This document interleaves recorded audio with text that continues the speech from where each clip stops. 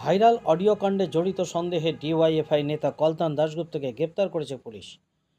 DYFI নেতা কলতান দাশগুপ্তের নিঃশর্ত মুক্তির দাবিতে থানা ঘেরাও কর্মসূচি বাম ছাত্র যুব মহিলা সংগঠনের।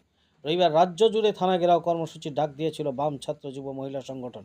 এদিন বিকেল 4টা নাগাদ ধূপগুড়ি শহরের দলীয় কার্যালয় থেকে মিছিল করে ধূপগুড়ি থানা ঘেরাও করে বিক্ষোভ দেখায় বাম ছাত্র যুব মহিলা সংগঠনের কর্মীরা। এদিনের এই থানা ঘেরাও কর্মসূচি থেকে দাবি তোলা হয়, ডিওয়াইএফআই নেতা কলতান দাশগুপ্তের নিঃশর্ত মুক্তি দিতে হবে। বাম ছাত্র যুব মহিলা সংগঠনের থানা ঘেরাও কর্মসূচিকে কেন্দ্র করে থানার গেটে বিশাল পুলিশ বাহিনী মোতায়েন করা হয়েছিল। আমরা জানি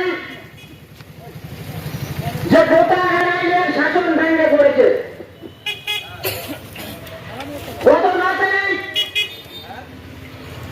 রাজ্যের মাটিতে আজিগড় মেডিকেল কলেজ হাসপাতালে মৃতদেহকে কিভাবে রাজ্যের প্রশাসন ভুলভাই পশ্চিমবঙ্গ রাজ্য সম্পাদক মন্ডলীর সদস্য, কেন্দ্রীয় কমিটির সদস্য তথা যুব শক্তি পত্রিকার সম্পাদক কলতান দাশগুপ্তকে পুলিশ